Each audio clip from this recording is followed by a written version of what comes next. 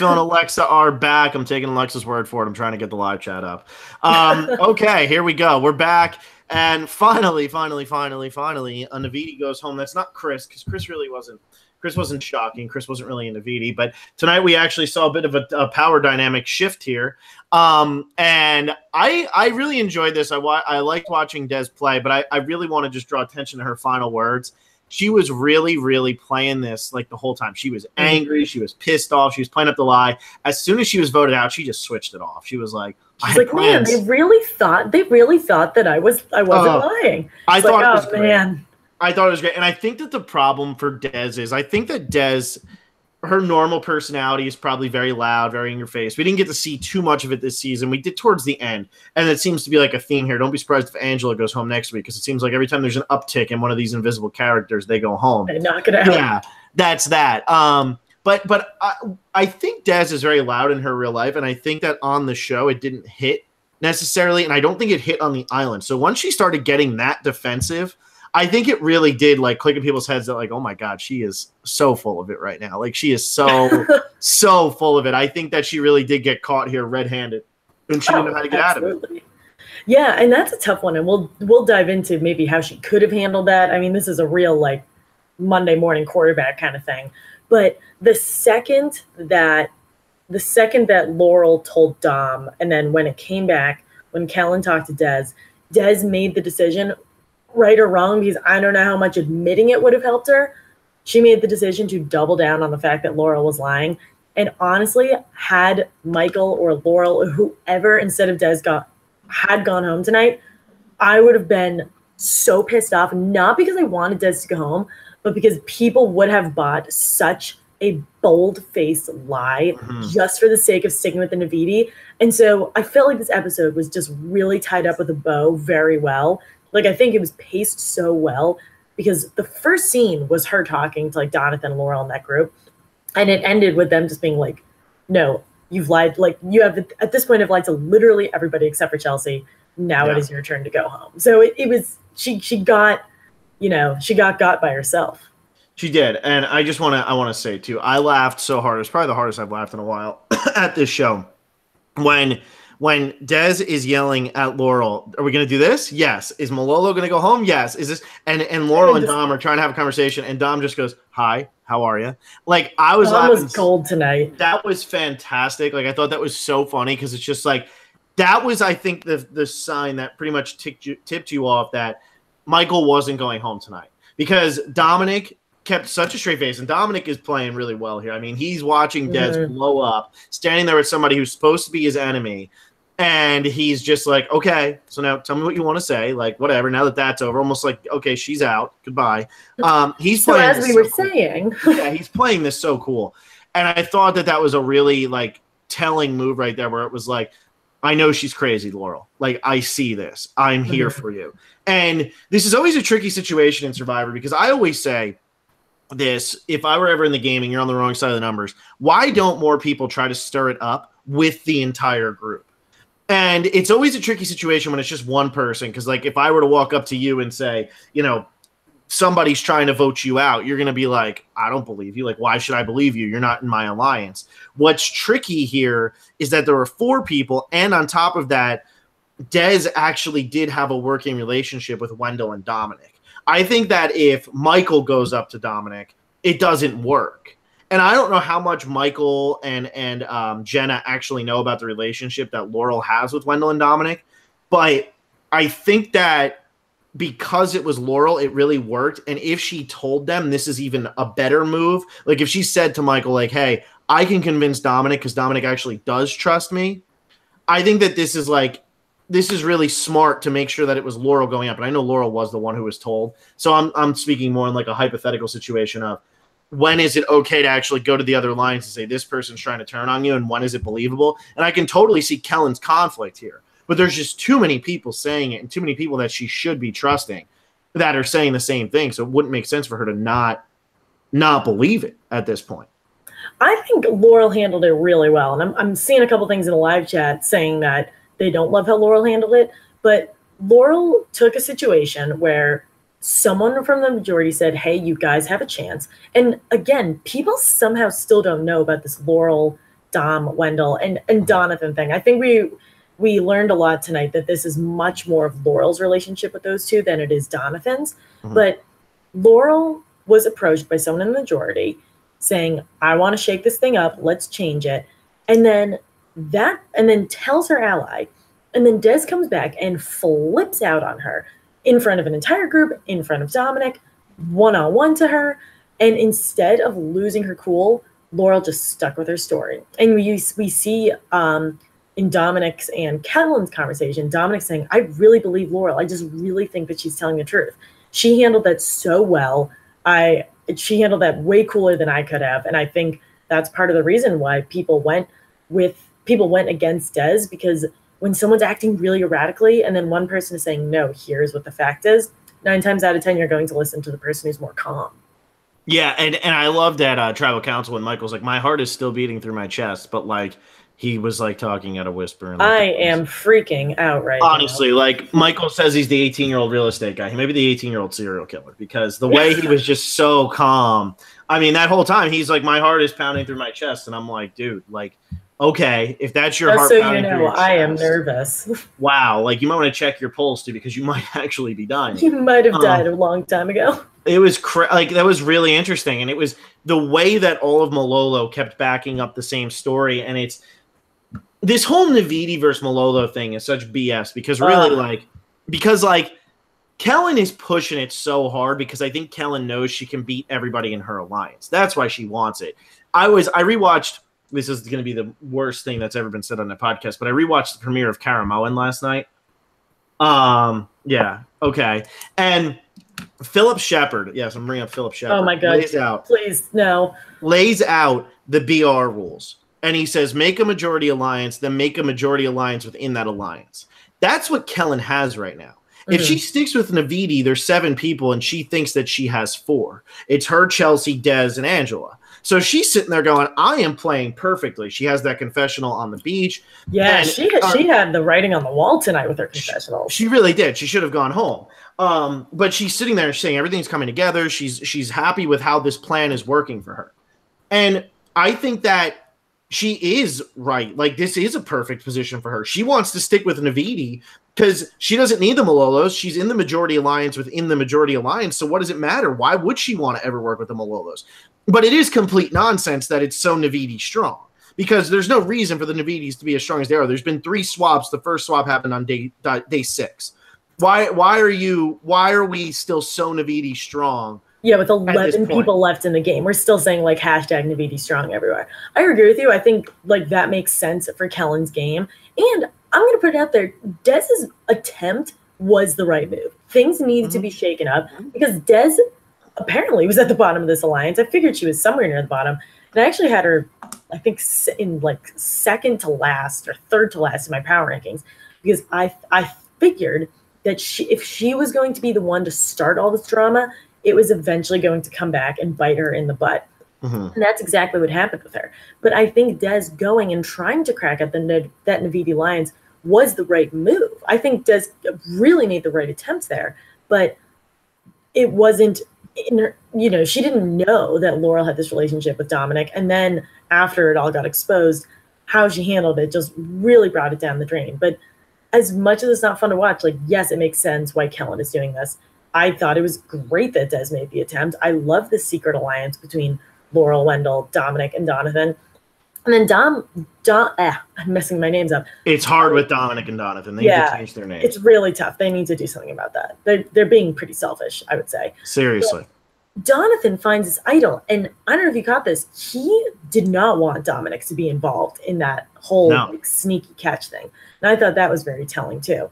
So now we're finally getting a couple different streams of relationships and alliances here. And I think Dez's blow up and Des then going home has finally like laid the groundwork for this. Okay, so a couple things. One, I think this goes back to the 20-person season start. We're finally seeing alliances take shape here. We see Donathan, I think, was trying to keep Dominic out of it because he only wanted the Malolo people to know that he had the idol. If Dominic and Wendell get word, then all of a sudden Donathan becomes very dangerous to them. because he still should be thinking he's fourth in that alliance. So I think that's why I think this is a smart move by Donovan. I think Donovan's a lot smarter of a player than he's getting credit for. Yeah, he's playing a very good game. Just because of his accent, just because he hasn't gotten much screen time in sense of actual strategy. But I think he is a much better player than he's getting credit for. But we'll talk about that whole idol find. I do want to say I think Des was had the right thought process, but she went after the wrong person. Kellen is her day one. Kellen is in that majority of the majority with her. It's Kellen, Des, Angela, Chelsea. That's the four. You go after Wendell or Dominic here. You don't go after Kellen. And that's what ended up biting her in the ass, is that she wanted to go after Kellen. Yeah, I think, well, it sounds like you kind of had a little further to go in your thought there, but I think she maybe should have gone for Angela or Chelsea, because this whole thing was all of a sudden Des wants to get rid of Kellen equals Des wants to get rid of power players. And that's kind of how Wendell and Dominic got involved, because Wendell and Dominic, I don't know how close they were to Kellen, because they really weren't playing together until the merge. They never really had the opportunity to. And I thought Kellen was all with the Navidi girls and Wendell and Dominic were with Laurel and Donathan. But I think as soon as Kellen spoke to Dominic and they were like, well, this is a big power player thing, I think it would have been smarter for Des to go for someone who or maybe someone who isn't as close with the rest of the group, like an Angela or maybe a Chelsea. And or Sebastian. Sebastian was probably who it should have been. Yeah, and like you said, Kellen was her day one, so she probably could have been fine throwing her other day one under the bus, who's Chelsea. Well, what I'm saying here, though, is Des brings this up and threw out the wrong names. Like, she did say Dominic, too. She didn't just say Kellen. But the fact that she did put in Kellen's name, it hurts her, because she should be going to the Final Four with Kellen. She should be going to the Final Four with Kellen, with Chelsea, and with Angela. That should be her Final Four, and then she can get rid of Kellen either at Final Four, at Final Five, depending on who's left. Tonight, the move is to get rid of Wendell, to get rid of Dominic, or to get rid of Sebastian, because you're getting rid of one of the Navidis that you think need to go. You're getting rid of one of the bigger players. She thinks that Wendell, Dominic, and Kellen are running the game. Well, don't get rid of the person who's running the game that has you in their alliance. Like, you don't get rid of Boston Rob at 11 when he's willing to take you to 4 or 5. You get rid of Boston Rob at 6 because he was only going to take you one spot further, and she would still have the numbers. Like, the problem is right now, by her deciding it's Kellen, she's losing her closest ally, and Dom and Wendell probably aren't going to trust her. If she gets rid of Dom, she can say to Kellen, we need to get rid of Dom because he can beat you in the end. So I think she went after the wrong person here and bit the wrong person when she should have been going after the two guys. I think that almost was just too big of a group, because it came to a point where Des only told, what was it, that group of, I think she only told the four Malolos, and because everyone was so apparently intertwined, everybody suddenly knew about it. And the whole reason for making these kind of like on your, like voting out your own majority moves is so that nobody else will find out about it. I really just think she underestimated the relationship that Laurel and Donathan had with that other group, because that's how it ended up getting backwards to Kellen. And good on Kellen for calling her out. And again, Kellen was very calm about how she called her out. I think there were a couple questionable moves with Kellen tonight, but I think her calling out Laurel, I mean, you got to do that, because at that point, Des is stirring, or I said Laurel, calling out Des. Des is stirring up trouble, so you need to all of a sudden make her the bad guy. Yeah, and what I will say with I think Laurel might be in the group chat, which at this point I don't trust anybody, because I don't know who's real and who's fake at this point. I don't know what's going on, but if it's you, Laurel, hi, I am a huge fan. You're crushing it. Yeah, I agree with all of that. I just can't tell if we're getting trolled or not. I think we're getting trolled. Probably. So that's why I just sit over here and I'll stare at this. But I think Kellen's one mistake tonight is that she went up to Dom and kind of gave it to Dom there. She really did. She was saying that the guys are calling the shots and it's their time. They're voting out Michael tonight. They want to get rid of Michael tonight. Yeah, she was like really pushing him on that. I get that she's trying to like sell her point, but she was almost making it like, we feel inferior to you guys. We feel like you don't respect us. And that should like set off a ding, ding, ding in Dom's head, where it's like, wait a second. This girl's trying to get me at some point. It might not be tonight, but she's definitely not with me for the long run. There's some truth to this Des trying to get out the big players, because Kellen's probably been putting it in her head too.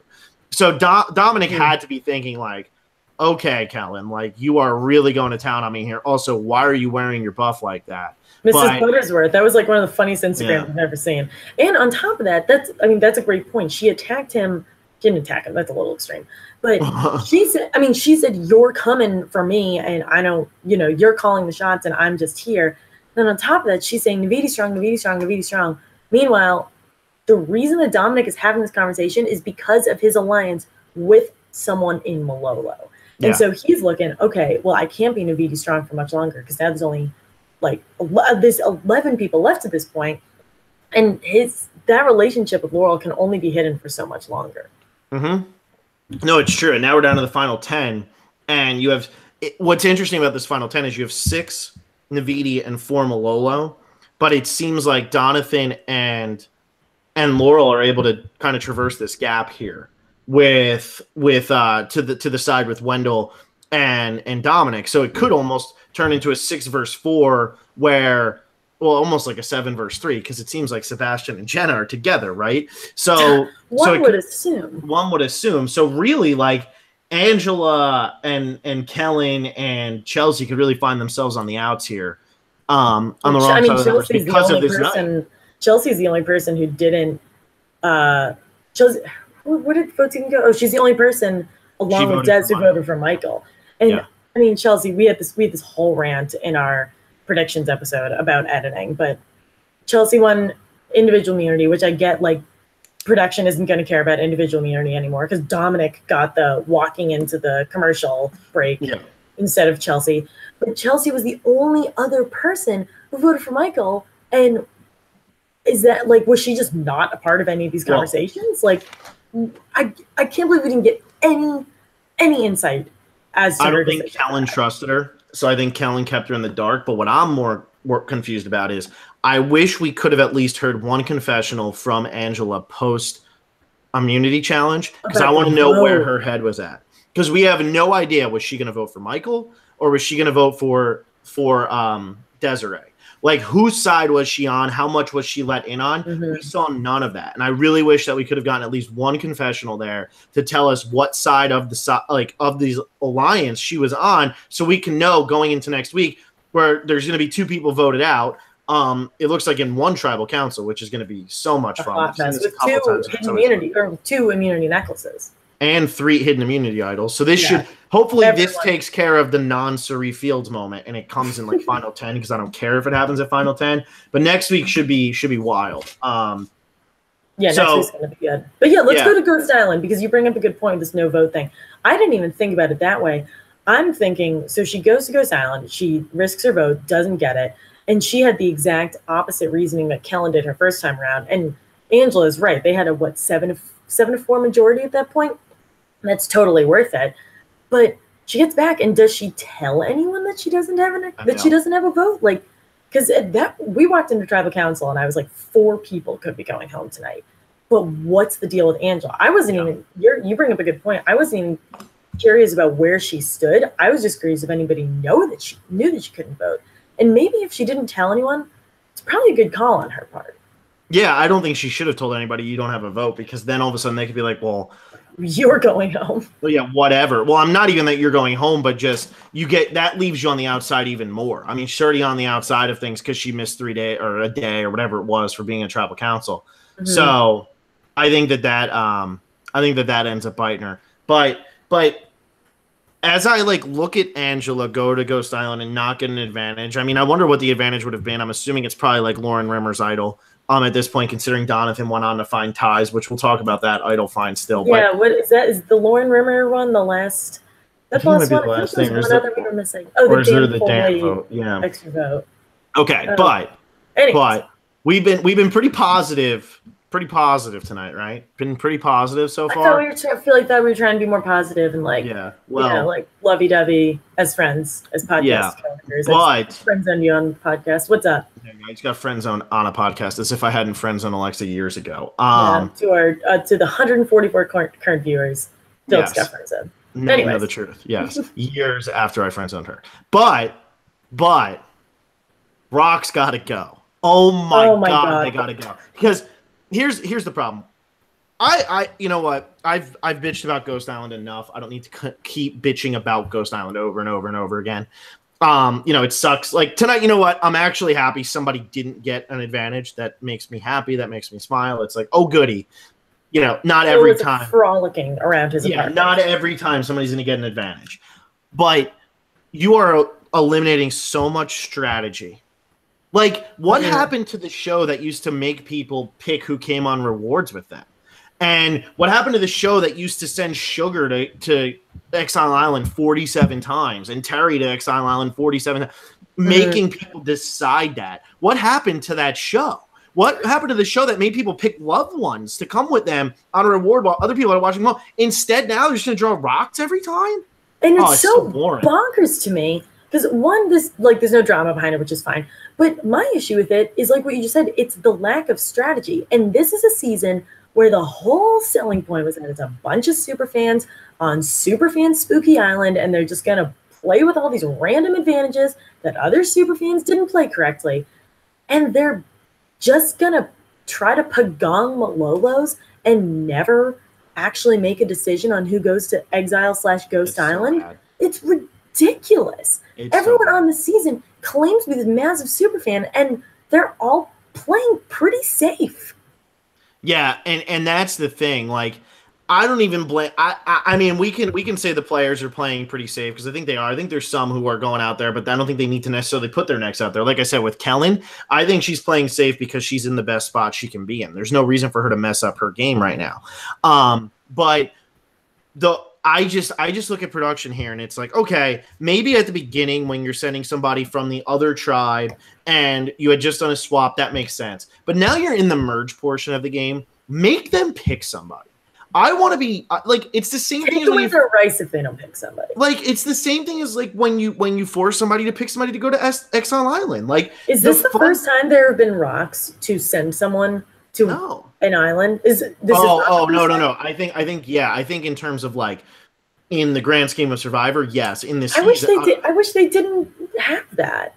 Like, I wonder why they added it in for this season. Yeah, I just don't get it because the problem is like you're missing out on so much strategy. You miss out on people feeling slighted. I mean, we were supposed to have John Carroll on Sunday, and something came up where he couldn't come on. But think about John Carroll doesn't go home at Final 9 if it's not for that coconut challenge. And like the whole point of that coconut challenge is to make people feel slighted. And that's exactly what you're supposed to be doing with Ghost Island. Like, people who are being sent there, it should be a strategy. Are you sending somebody there because you trust them in your alliance and you think if they find an advantage, they'll come and work with you? Are you sending somebody there because you don't like them and you want them to have to go? Are you sending somebody there because they've already gone 100 times? You just need to give them a reason and not just be like, all right, we're going to go to rocks. It's like, well, who cares? When exactly did they start doing the rocks? Oh, it was after the tribe swaps. Because remember, they sent who did they send? Donathan? And they sent Donathan. First. Well, they sent Donathan after Jacob, and Jacob was like, "Oh, I need this whole stink about it." And that's like part of why he went home.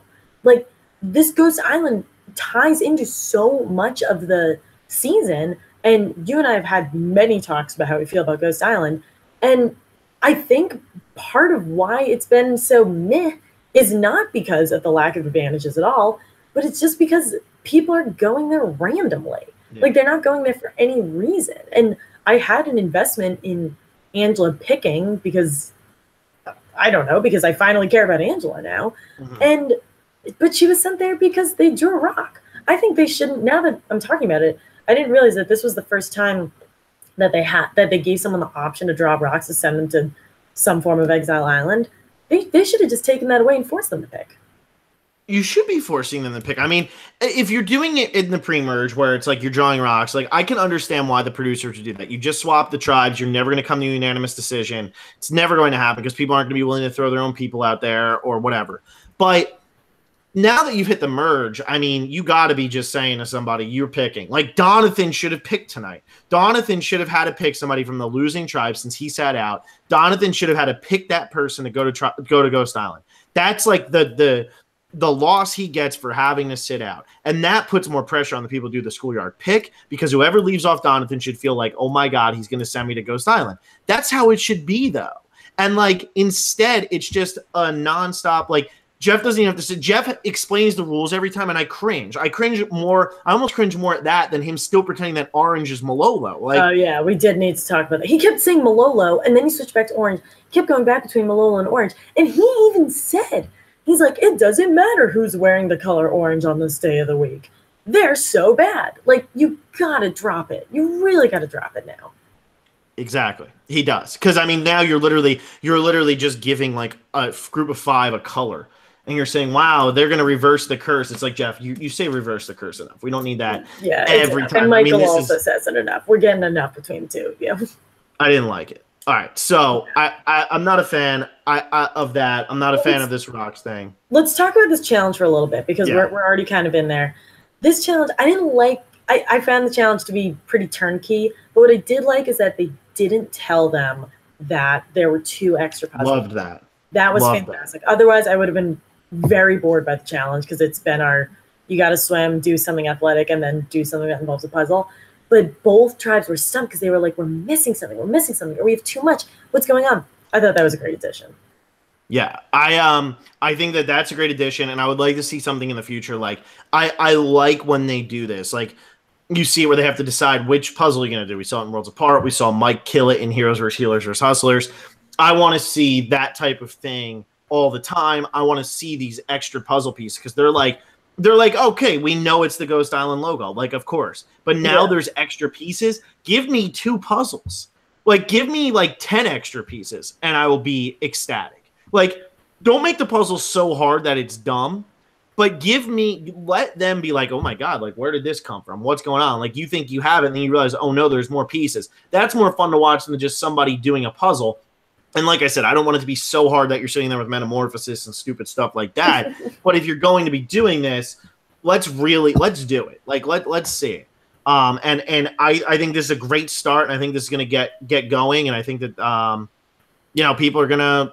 think that this is something that people are going to pick up on in future seasons. But I think this is something that Survivor's going to continue to do. You got to remember, the people who are out there right now for 37, they're out there right now for 37. They have no idea that this just happened. So if they throw extra puzzle pieces in there, you're going to be getting that same reaction as you did tonight, where it's like, wait, what is this? And I think you do that in like individual challenges too. You could be really throwing people for a loop, and I think it's a lot of fun. I miss those challenges. They're individual challenges. I remember in like Guatemala, and they had it in Token Chains too, where you had to like run back and forth and count. You get to count how many things were underwater. Then you had to run back. On too. That was one of the best ones because Trish couldn't walk. And then you had to do like math, and you're hungry. Like, I love that one. And that one is so fun because your brain just tricks itself. Like, those kind of challenges, those are fantastic. And I guess Cagayan isn't that long ago, but we haven't seen it in a little while. Yeah, Cagayan is only 4 years, 4 years ago. I mean, that's not too bad. Yeah. And then also, and this was a conversation with my mom, which is now just becoming every single minute that the episode ends, she calls me. But I mean, this reward, it was cool. You rode a helicopter. You went in this like cool, meadow. You had some sandwiches. Kellen ate a leaf. That was kind of cool. But I remember I was watching this and I was like, I'd rather like suck down a couple margaritas and like have some tacos. But do you know what I'd way rather have? The auction. And I don't know what it must be just because I'm like not loving the rewards this season, but I am missing the auction so much. And there are so many fixes, so many ways to fix the broken system. And I really hope they bring it back. Maybe they bring it back because this whole season's about nostalgia. I would really love that. I miss the auction so much. Yeah, and I think what's happened with Survivor, and I was thinking about it tonight, because even watching like the Caramoan premiere, it's amazing to see how much the show has changed in 5 seasons. I mean, we're on 36. That was 26, or in 5 years, not 5 seasons. Yeah. In 5 years, just to see how much everything has changed. I mean, you got an intro of almost every single character in the Caramoan intro. Like, that's insane. Like I'm saying, like Jeff hopped around and was like, that off? Well, Jeff like hopped around and was like, Julia Landauer did this, and Matt Bischoff did this, and talked about every returning player. And then they had the intro come in, and I was like, oh my god, like what is going on here? Like the show's almost over, right? So like 5 seasons or 5 years ago, that's what was happening. And I think what's happened is we've gotten to a point now where the reward challenges are they're like tertiary. They're not even secondary at this point. Like they are just so far removed from any importance in the game. I mean, if you think all they do is talk strategy during them. Every reward challenge has now gotten to the point where it's we went, we did something, we talked strategy. That was it. Yeah. And like if we're gonna do rewards, let's do rewards like we did. I know you're never gonna hit this level ever again, but let's do rewards like you did in Africa. Let's do even rewards like you did in Redemption Island. Boston Rob throwing the parchment, the piece of paper into the volcano is classic. Mm-hmm. Give me more of like them actually doing the reward, because all I watched on this was people. They went to that, like, would they go to that? Jason had a great moment in that. That's a fantastic moment. It was such a good reward. And even the season before, or a couple seasons before in Kagayan, Wu had a great moment with all those kids. Like Cass is sitting there like, oh my God, like you're actually seeing a real version of Wu. I want to see these types of rewards. Otherwise, we really don't need the rewards. I get that they want to eat and all of that, but like you're saying, give me an auction then, or just give me something where we know they're eating pretty well compared to older seasons anyway. So let's just like the reward challenge, and then like the little snippet of reward that we see, which is literally somebody saying, blah, blah, blah, blah, blah, blah. 2 seconds later, somebody else at camp is talking, and that person who was just at the reward is sitting right next to them, and you're like, wait a second, when did they get back? Yeah, like they don't even tell you now.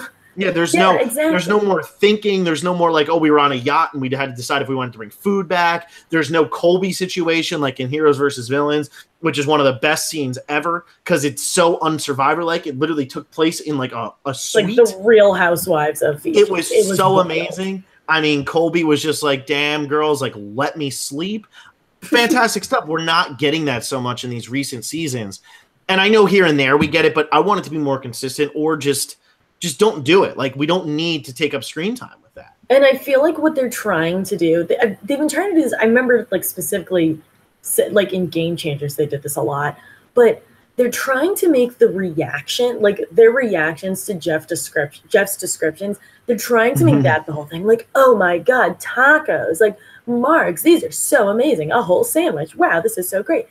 They're trying to recreate the get a fat dip of that guac, the shower, the everyone just like eating that cake in 60 seconds in Redemption Island. How many times have we referenced Redemption Island tonight? This is insulting to me as a fan.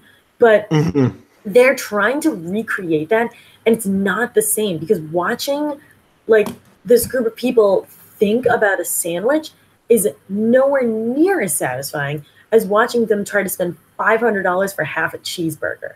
Yeah, that's what I want. Yeah, or Tarzan spending nothing so he can go get the shocks on his car face. Oh yeah, whatever he needed. Oh my God! And then like Kim is taking a shower while licking peanut butter off of like her entire body. Like, that's amazing. Yeah, I mean, look. I'm looking at the live chat here as we see like Keith Nails Tuck Tuck. Obviously, a classic moment. Like, I love that. Like, I like. There's so someone that one of our fans' name is Keith Nails Tuck Tuck. Nails Tuck Tuck. It's hilarious. I like these types of moments. I'm just saying that on a given season, you're getting 1 or 2 rewards that are worthwhile. Every other reward, like throughout that season, is kind of a waste. It's the same thing every week. And like, I don't need to watch Michael sit down and say, all right, so we sat down, we ate, and I said, guys, I need to get in here. And then the 3 of them said, because I'm on the bottom. Yeah, and then all of them said, oh, okay, Michael, sure. Like, that means nothing to me. That doesn't do anything for me. So I get you want to pull people away from camp and stuff, but let them actually experience something. I mean, look at the one in China, which is probably the worst reward you could ever get, which was they had to cook their own food on top of the Great Wall of China, and they were all just like, we don't want to cook this. We don't want to be here. That is, even though it doesn't bond you in a positive way, it bonds people. Or it at least creates a dynamic between them. Sitting there eating a sandwich doesn't do anything for me, because it's the same thing as them sitting around eating rice. Yeah, I get that it builds up. They're a little bit higher because like, oh great, we're eating. This is fun. But like, I want this to be more meaningful than just they sat down and ate a sandwich. And they're more. I mean, I haven't actually like done the math on this, but I would just assume that they're going to be more likely. They did end up voting with Michael. They're going to be more likely to listen to Michael if they just had this like really emotional, once in a lifetime experience with him than just like having a picnic, like them, Jenna and Sebastian, and it's super fun. It's just like, I remember that, who was on that Co-Wrong? It was Jason, Michelle, That was how Michelle. That was seriously, I think, how Michelle ended up winning the game was because of that reward. And they had like no relationship prior to that. Yeah, if you go back and watch Co Wrong, because Michelle was on that reward with Jason, her and Jason really got close on that reward, and I think that's how Michelle got Jason and Scott's votes, and that's what ended up giving her the win over Aubrey. Aubrey wasn't on that reward. Like that was a meaningful reward, and I don't think the rest of the rewards in Co Wrong were very good. But could you imagine if we could get a season where like 5 of the 7 rewards were that good all over again? Yeah, imagine if we could get that. Yeah, and I know they can't afford to, go into these villages and provide them with supplies and stuff, but just give me like 2. Like, give me more than just 1, Yeah. Or give me an auction, because that's all I really want. That's it. That's all we want. What else? Well, I want to give credit here because we don't really talk about them ever, but Chelsea's immunity challenge performance was fantastic. She didn't move the entire time, and Chelsea's been good at these immunity challenges throughout. And I'm going to keep stressing this. Chelsea is playing the best game Chelsea could possibly be playing. Chelsea was, up until tonight, was playing a great game. Mm-hmm. I even think tonight Chelsea's played fine. Chelsea didn't do anything wrong tonight. It was Dez who did everything wrong. Chelsea made the wrong vote, but Chelsea still voted for Michael, probably proving to Kellen, like, look, I was going to vote for Michael the entire time anyway. And whether she's on the wrong side or not, it's not her fault Dez went off the deep end. Like, that's not Chelsea's fault. I still believe Chelsea, for as little as we've seen of her, and we'll never see her again, and I don't think she's a robbed goddess, but Chelsea is playing the best game that Chelsea can play on Survivor. And I mean, tonight in the immunity challenge, she did fantastic. She won it. She owned that. She didn't move the entire time. And she was like keeping her shoulders really close together. Like, it looked odd, but it was working perfectly. Yeah. So there you go. I'm all set on that. For me with Chelsea, I don't view it as the best game that she personally can play, because you could say that about every person. I think she's playing a really good game. And yes, like, according to a lot of people, she wasn't the one making decisions, but just prove that to me, or just show that to me, because everyone has their own perceptions of how they're playing their game and how other people are playing their games. So if Chelsea's not doing something, then give me a confessional from Chelsea showing me that she's confused. Or on the flip side, give me a confessional from Chelsea explaining how she voted tonight, or explaining why she voted a certain way beforehand. Because up until tonight, she's voted correctly every single time. Yeah. I know. I mean, it just makes you wonder, like, what material they could have from her. But, like, I just want to keep stressing, like, Chelsea's not playing a bad game. Chelsea's just not being shown. And that doesn't mean that she's robbed. Like, I mean, this is probably a bad thing to say, but, like, if you go back to Fiji, Michelle Yee wasn't robbed. Like, I'll just say that on here. Wow, hot take of the day. And get the entire Survivor community, like, what the hell? Like, she wasn't robbed. Like, it's just, like, whatever. Like, Michelle Yee wasn't that entertaining either. Yeah, well, like, being robbed has nothing to do with being entertaining. But that's what I'm saying, though, is in terms of an edit, I don't think that she's robbed. Like, people always say that, like, oh my God, we didn't get any of this, so, like, we'll edit it together. Like, I've been seeing this a lot on the Reddit, the Survivor Reddit, where people are like, I've edited together to pretend that everybody was in this episode, or we haven't seen this, or we haven't seen that. Because Chelsea hasn't gotten a confessional since the merge, by the way. No. And Sebastian got his first one tonight. Tonight was his first one. So, but I don't think that she's being robbed of screen time. I just don't think that she particularly has much interesting things. And maybe she does. I mean, Sunday we've seen is very interesting outside of the game. And from what we've heard, people have said she's played the game very well. We haven't heard that, though, about Chelsea. And that's what I mean by robbed. I think she's playing a very good game for Chelsea. It's not a winning game, but it's not like she's playing a bad game. She's just not playing much. Like, I don't know. All right, I think there are two different robbed conversations, because, like, the edit robbing versus, like, twist robbing, those are two different things. And I feel like they were kind of just intersected in that. Well, no, all I'm saying is, like, people will say that if you don't get a lot of screen time, you're robbed. I'm not talking about twist robbing. I'm literally just talking about, no, but people always say, like, if you go on there and look, like, there's like, I think the most upvoted thing on the Reddit Survivor right now is that Chelsea said that she would do, like, a AMA afterwards, which is great. That's awesome. Well, Reddit's also just, like, they, like, make fun of themselves with that. Like, they love Chelsea because she's that's what I'm saying. I'm saying that, like, she's not robbed because she's not getting screen time. I think she's they're not saying that she's robbed. Okay, I don't care. I don't know. I'm just she's not playing a bad game. Chelsea's playing a fine game, even though she's not getting screen time, but she's not being robbed of screen time. There you go. That's my whole point. Okay, whatever. That went like 5 different ways, but okay. It all made sense. Listen back. You're going to be like, wow, that made all sense. Yeah, as do most things that you say. Yeah, I know. That's why I do this. Did Donovan count as a sit out? Yeah, that counts. We said for any reason. Okay, so that counts as a sit out. We got a bunch of good props tonight. Angela going to Ghost Island, which I'm sure every single one of you guys picked, along with Chelsea winning immunity. Another thing that everybody picked. Yeah, I know. Oh my God. Des, did she swear when she was voted out? Because otherwise she said nothing. She said nothing. She didn't say anything until after Jeff sent off the torch. Okay. Also, for anybody who had Wendell for getting confessional in every episode, I'm not sure if he did up to this point. He did not. That was strange because Wendell's been like building his edit here, and then he had nothing tonight. Yeah, he kind of fell back. He actually handled it really well because I remember at one point, there's 15 people talking, and Wendell's like, I don't know what's going on, and walked away, which was perfect. And he did that at Tribal Council too. He was like, I just try to listen to all the different facts from every side.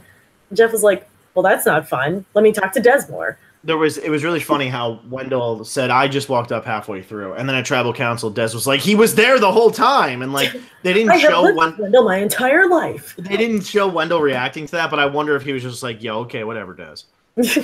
Like, okay, let's all chill. That's a lot. Yeah. Let me think of other things. Donathan got a hidden immunity idol. Does no words. Let's talk about this Donathan idol. We didn't talk about this. Oh, yeah.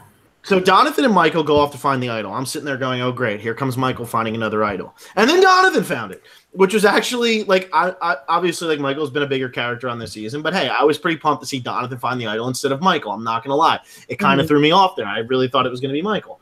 He finds half the piece of Ty's idol. We get the great flashback of Ty just shaking his head, which is probably one of the cutest moments in Survivor history. So and then, not to Scott. Scott and then you see Scott, like, towering over Jeff. Yeah, he's, like, going to eat him. Anyway, then he has to find the other half. And what I actually thought was very interesting about this is Michael and Donathan went out looking together.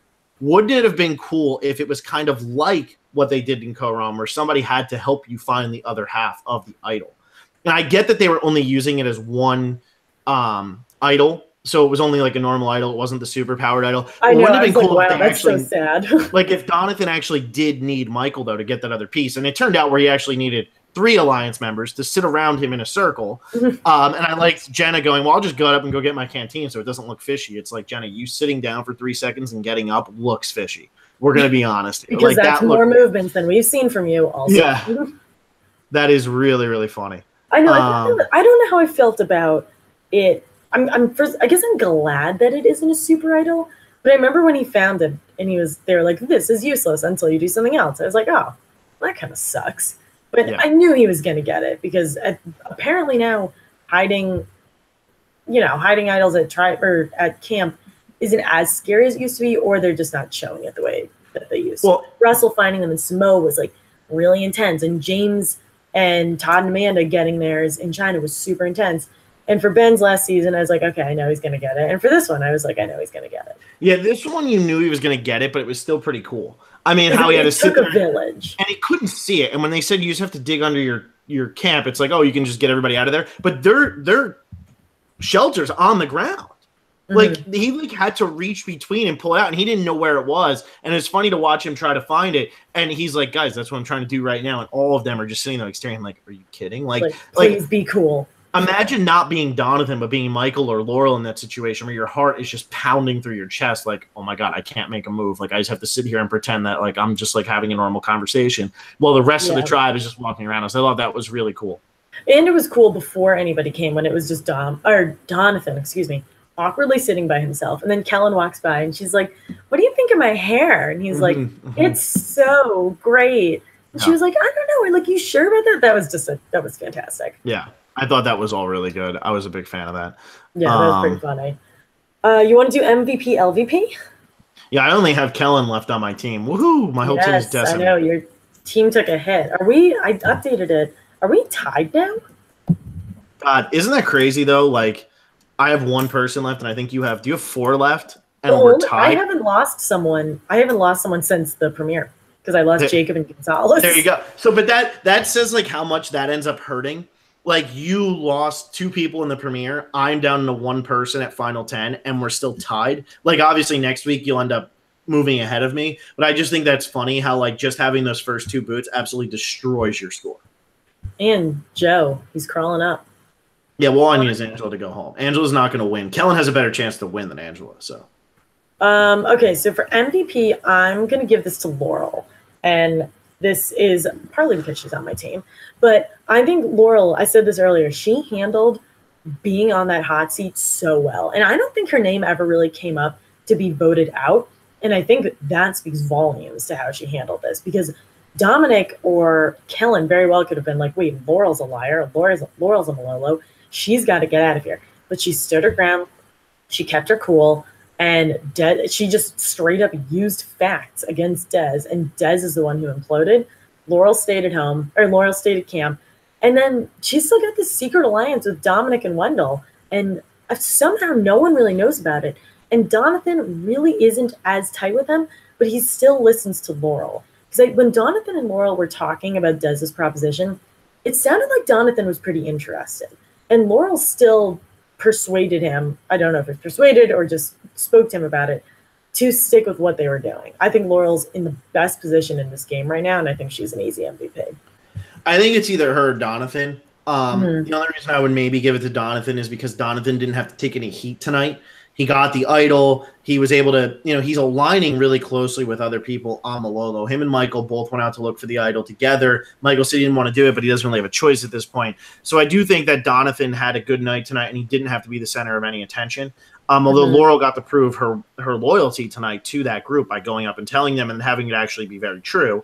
I know a lot of people, what I want to say is I know a lot of people are going to say Kellen was LVP. Kellen's not LVP. Like, she's not the LVP tonight. Who voted is the LVP tonight? I don't know who it is, but I have to think about it, but it's not her because she voted the right way. She went up, and I know she had a couple moments where it's like, this is weird, but her and Dom ended up voting together tonight. She did vote out somebody who was gunning for her, and yeah, once Dez's game was blown up, Kellen no longer was going to, or Des was no longer going to vote for Kellen, but that was only because Kellen approached Des on it and called her out. And, like, if Kellen doesn't call out Des there, Kellen really does have a chance to go home tonight. So I think that, yeah, Laurel got that whole ball rolling, but you can't call Kellen LVP because she did everything she had to get the target off of her back and get rid of the person that she ends up voting for. And she still looks like she's in the good graces of Dominic and Wendell and everything. And I know that she had that moment with Dominic, but that doesn't mean she's LVP because they voted together. I don't think it's just the moment thing. I am going to give Kellen the LVP because even though she stayed safe and even though she did vote correctly, I think she voted correctly because her hands were a little bit tied. She really didn't have many options otherwise because she's been this whole Navidi strong since day one. And now that that's starting to crack, it's not many people can get behind her on it. And one of the only other people who could get behind her on it was Des, who was immediately going to throw her under the bus, and she was her day one. So I think Kellen lost at day one tonight, which is really, really tough. And she lost at day one who shares the same mentality as her, this whole Navidi strong thing. So but she didn't lose somebody who shared that mentality because that person was about to vote her out tonight. So how could that person? But it was just as of tonight that happened. So who's Kellen's best friend now? It's not going to be Dom. No, and it's not going to be Chelsea because Chelsea also voted. But she voted out her best friend who was going to vote her out tonight. So that's not a bad move for her. Like that's no, I'm not like saying it's a bad move. You are because you're saying she's LVP. Well, I'm not saying she's LVP because of how she voted. That's not what I'm saying. No. She's not LVP because you're saying like moving forward she doesn't have her best friend, but her best friend is the one who turned on her tonight and was ready to vote her out. She made sure she didn't go home by approaching that best friend and saying, "Do not are you going to vote for me? This is what I've heard." Yes, but with that again that's not her fault that Des decided to go for her, but in a sense it is because Kellen was this big threat.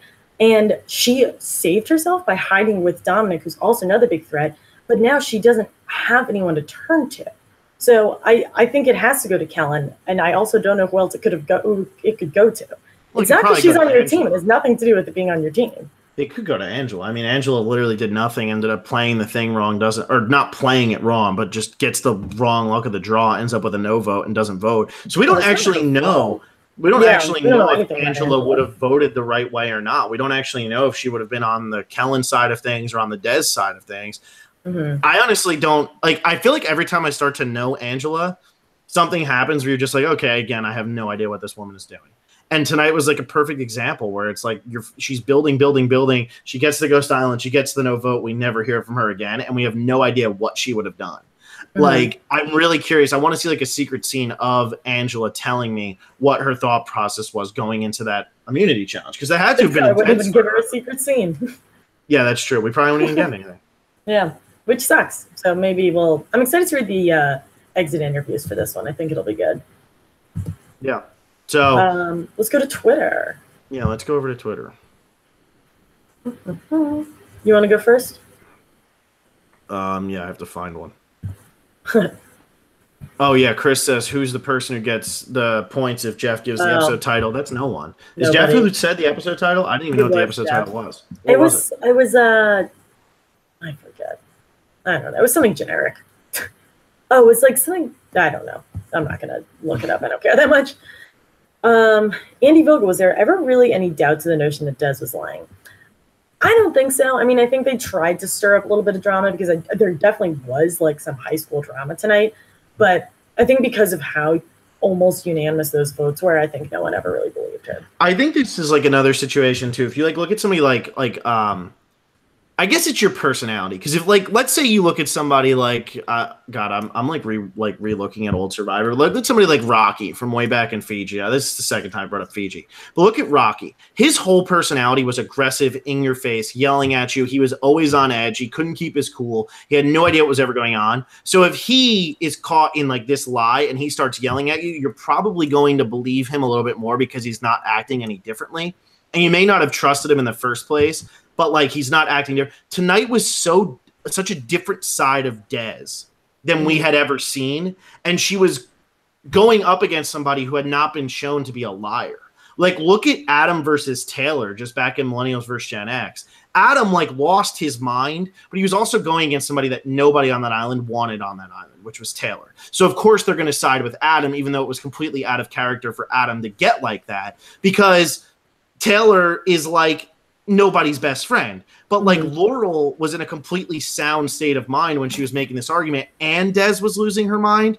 I think that says a lot, and I think everybody can like look at that and be like, yeah, she's lying to us. Like you have to be able to tell. Yeah, I think sometimes it's just as simple as who has more stability in their argument.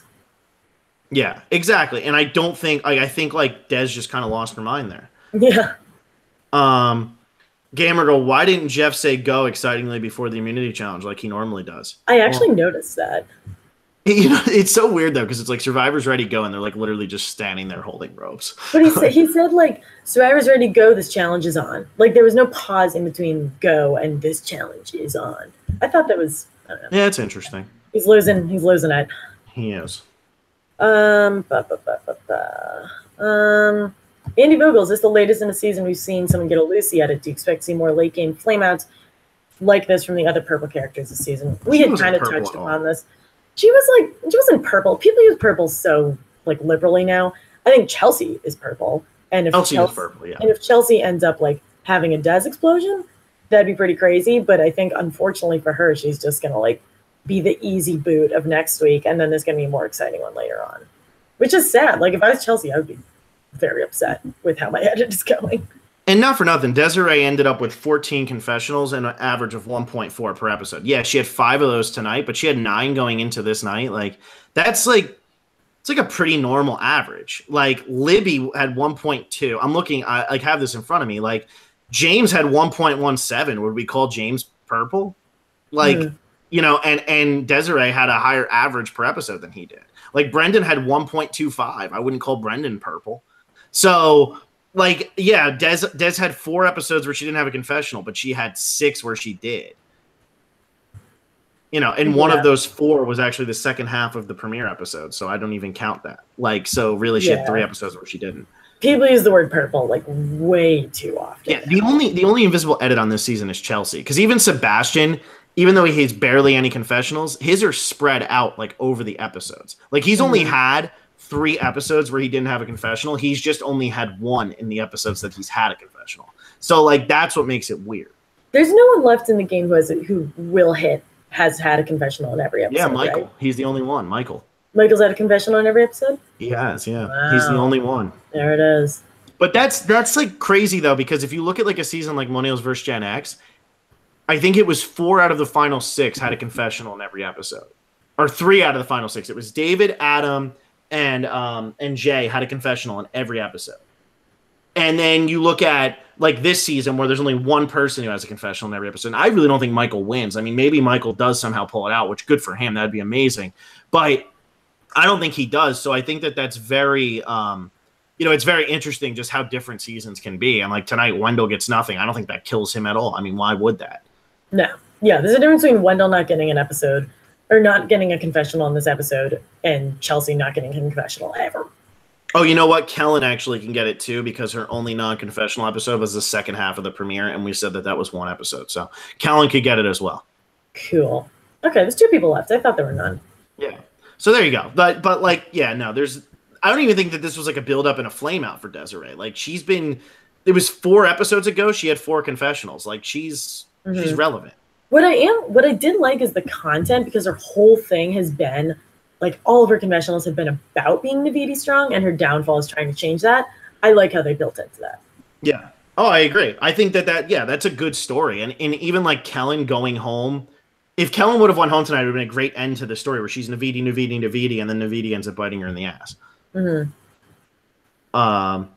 Let's see. Giovanni Rihanna, Laurel's going to end up being the fish box to someone's JT. I don't necessarily agree with that. I think Laurel could definitely defend herself better than Steven could. Steven just had his back against the wall and had no idea. He was like too paranoid, too neurotic. And he didn't Laurel's not like that. He didn't know like JT's performance was coming. Like his final tribal performance was amazing. He also didn't know that everybody like had like pictures of JT hanging above their beds and stuff. Yeah, like he had no idea. You know who I want to win? Not me, JT. Yeah, crazy. Exactly. Joe Haas, I thought Kellen was going home. She got the I'm getting blindsided edit. She really did. And I mean, even after I don't know when these confessionals happened. She said something like, my game's ramping up. Everything's looking swell, which is like, I'm surprised she didn't immediately go home after saying that. I don't know if that happened after she confronted Des or after like Des decided it was her. But yeah, I mean, Kellen was on the list of like 4 people who I thought could have gone home tonight. Yeah, for sure. It was like early on I believed it, and then all of a sudden I stopped believing it. Like there was just a part of me that was like, there's no way Kellen's going home tonight. I figured it would near the second half, like once it got past the immunity challenge, I thought it would be Laurel instead of Kellen. Yeah. Part of me still thought Michael too, just because Michael, he's always a threat. And like, this is a perfect episode for like the big guy threat to go home who's in the Minority Alliance, because it's like, oh, look, we're giving you all of this stuff that it could be Des, it could be Des, it could be Des, and then it's just Michael. We've seen that happen a lot. And really lucky for Kellen that didn't happen, because otherwise Des was still going to be gunning for her. JP, interesting trailer for next week. Do you think they're going to allow 2 votes each, or the 2 most votes get voted out? So they do say 2 people getting voted out tonight. Are they going to do 2 separate tribal councils? Like this is different than anything we've seen. We saw this one time. What season was it? Was it Worlds Apart, where like somebody opened up the thing and it was like, and now you're going to be voting again?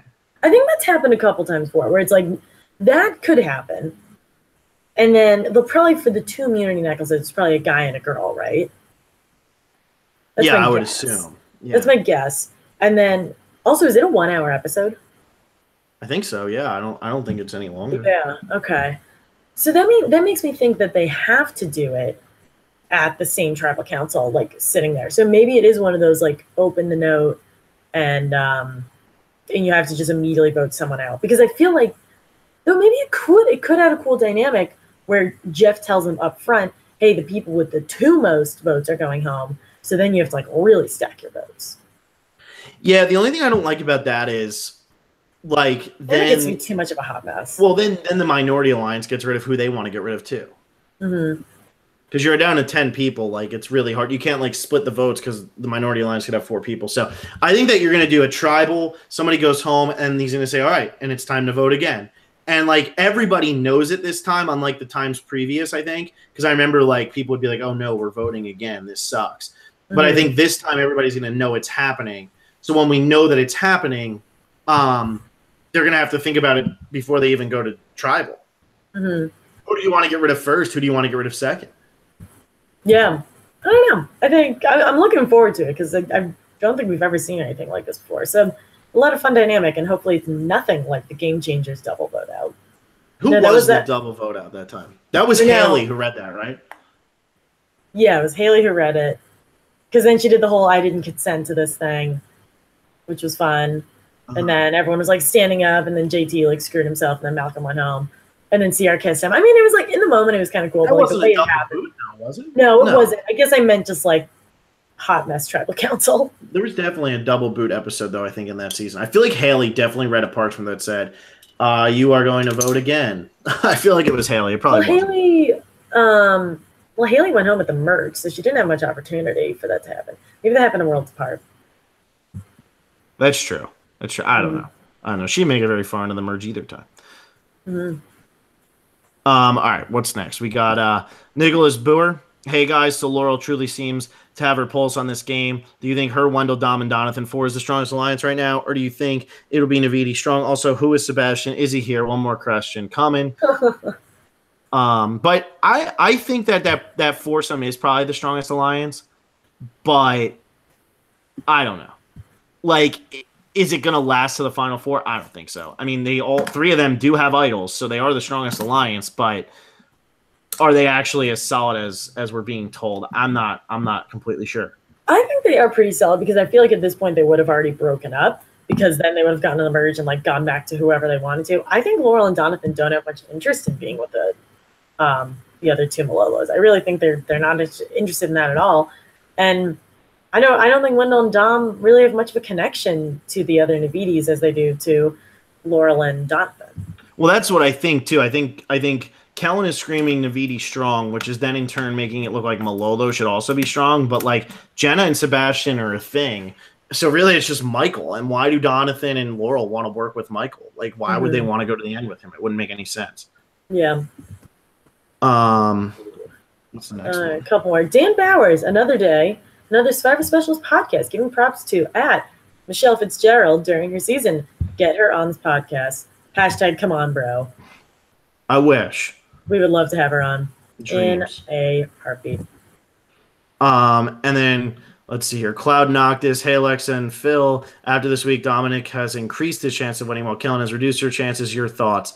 I agree with this. I think that Dominic moves up to almost like the favorite after tonight because Wendell didn't get much. Kellen had kind of a down episode. So I think but according to you, not an LVP episode. No, not an LVP episode at all. Just got to troll you. Yeah, you can troll me, but you can have a down episode without being LVP. Okay. Are you denying that? Can you not have a down episode without being LVP? I'm saying that Kellen can definitely get the LVP, and I think you don't want that because she's on your team. She's the only person you have left. No, I don't want it because it doesn't make sense. It's like giving Joe Mena LVP at all last season. It was a Freudian slip on the MVP. Yeah. And then Cloud Noctis, how about a double boot at Final 5 with a vote out and fire challenge back to back? That would be nonsense. I don't think you could do that. That would just please, God, no. I think I had a moment of clarity today. I think I am now very against the Final Four fire making. And I'm saying this before the Final Four because I don't want like a Wendell to go home and then everyone's going to say that I hated it because Wendell went home. But Alexa does read spoilers. But I do read spoilers. It's all I do in my free time. But you can't not have a pure Survivor vote out before the final tribal council. And I think that's really the crux of it. Either do this at the Final 5 or make idols stop at 5 and 4 has to be a pure vote. I feel like there really has to be a pure vote before you go into that final tribal council. Well, and that was I don't remember who it was. I was talking to somebody at the finale after party last year, and I forget who it was, but they were saying that Dr. Mike was really big on that. Maybe it was Dr. Mike, but that was the biggest problem with it. It's at Final 5 you can play idols, and then at Final 4 you do a fire making. So you never have a chance to actually vote out like let's say that this was like back in Panama, and for some reason this was was using the new format, and Terry has an idol that can be played till Final 5. He plays the idol, and then he also makes fire at 4. It's nonsense. Yeah, it's pretty silly. I think that's why I don't really like it. Yeah, it makes more sense. The more you think about it, I'm looking in the live chat. No, I do not read spoilers. That was a joke. You okay, Alexa? You okay? That's why my power rankings and my fantasy team's doing so well. But the season's been pretty good. It hasn't been spoiled, at least from what I've heard. The people, no, it hasn't been spoiled. The people who found a fake spoiled boot list lost our boot list game because it was a fake spoiled boot list. So you guys and we on your faces, anyway, which is hilarious. Like we kicked them out for a boot list that literally wasn't even close to being accurate. But they tried. They tried. I think it had Brendan in like final 5 or something like that. Yeah, I remember it was like Brendan and Sebastian were pretty high up. Yeah. And then like Bradley and Callum were back to back near the merge. It was not. It was a mess. It was an absolute mess. It wasn't even close. Yeah.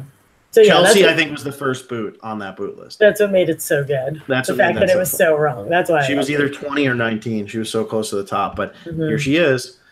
She's winning individual mandate. Exactly. Yeah. All right, Alexa. Well, that's it. All right. You want me to take us home? Go ahead. All right. So we'll be live at some point this weekend. We haven't determined a time yet with our episode 11 predictions. But in the meantime, make sure to tweet at us and follow us on Twitter, like us on Facebook, hit subscribe on YouTube. Check out our website. I finally got back to actually writing MVP spotlights on time. So with that, make sure to vote for MVP and LVP, preferably on the video. But if you want to tweet at us or email us or comment however you would like, that would be great. And we'll be back this Saturday or Sunday or Monday, TBD, with our episode 11 predictions. Yes, and don't end it. Don't end it. Don't end it. Did you end it?